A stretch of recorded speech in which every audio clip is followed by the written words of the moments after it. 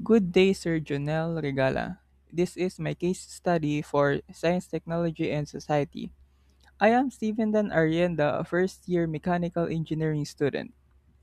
Born in August 31, 1939, in San Nicolas, Ilocos Norte, Dr. Ramon Barba was a distinguished Filipino horticulturist who dedicated his life to advancing Philippine agriculture.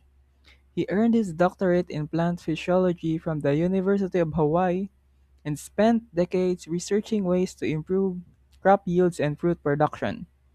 Dr. Barba is famous for discovering that potassium nitrate could induce mango trees to flower and fruit year round, a breakthrough that revolutionized the global mango industry. The problem in farming mango is the seasonal barrier.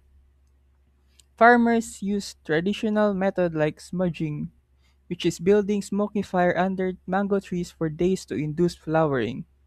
But it has its drawbacks. Smudging was labor intensive, expensive, and often unreliable. Without a way to control flowering, the industry could not scale to meet international export demands. Dr. Barba's hypothesis, he theorized that ethanol, a gas found in smoke, that triggered the flowering process. However, applying gas to open-air orchards is impractical. He sought a liquid solution and hypothesized that potassium nitrate, commonly known as saltpeter, could achieve the same effect by increasing the plant's internal ethylene levels. In 1970, he had an experimental breakthrough. With a personal budget of only 30 pesos, Dr. Barba conducted a field test at Guimaras Farms at 400 mango trees. His method is spray a 1% potassium nitrate solution onto the mango shoots.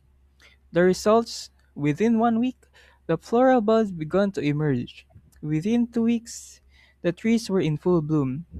This was an unprecedented in horticultural history.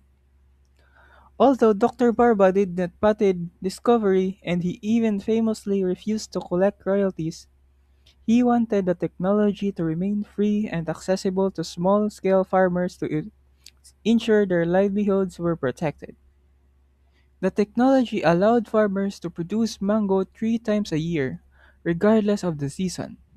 This catapulted the Philippines to become one of the world's top mango explorers, contributing billions to the national economy.